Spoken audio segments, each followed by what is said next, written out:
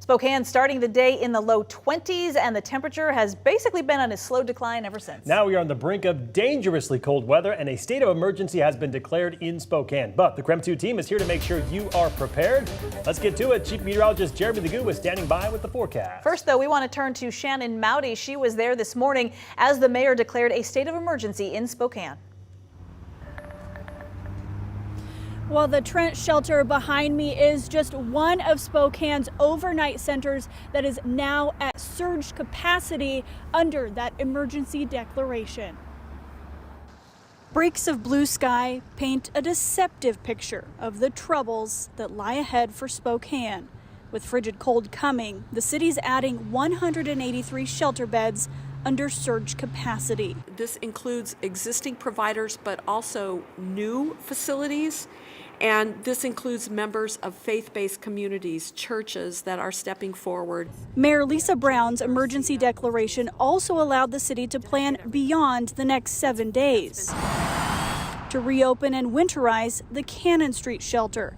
That'll provide more beds once a deal with Compassionate Addiction Services is finalized. We are going to be building this out over time, and some of that is related to just getting the contracts in place, and some of it's related to staffing. Which is why we're relying on existing providers who can do surge capacity during this first 7-day cold blast. This 7-day response will cost $29,000. Brown told City Council Thursday. Council had set aside $250,000 for emergency sheltering during extreme weather. So I can tell you right now that pot of funds is not going to be enough.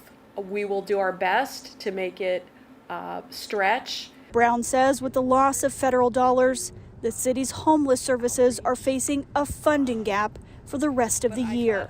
That conversation, plus addressing how to fund and operate sheltering for the remainder of winter, still lie ahead. Now, during the daytime when the overnight shelters aren't open, people can go to warming centers. That includes every City of Spokane library.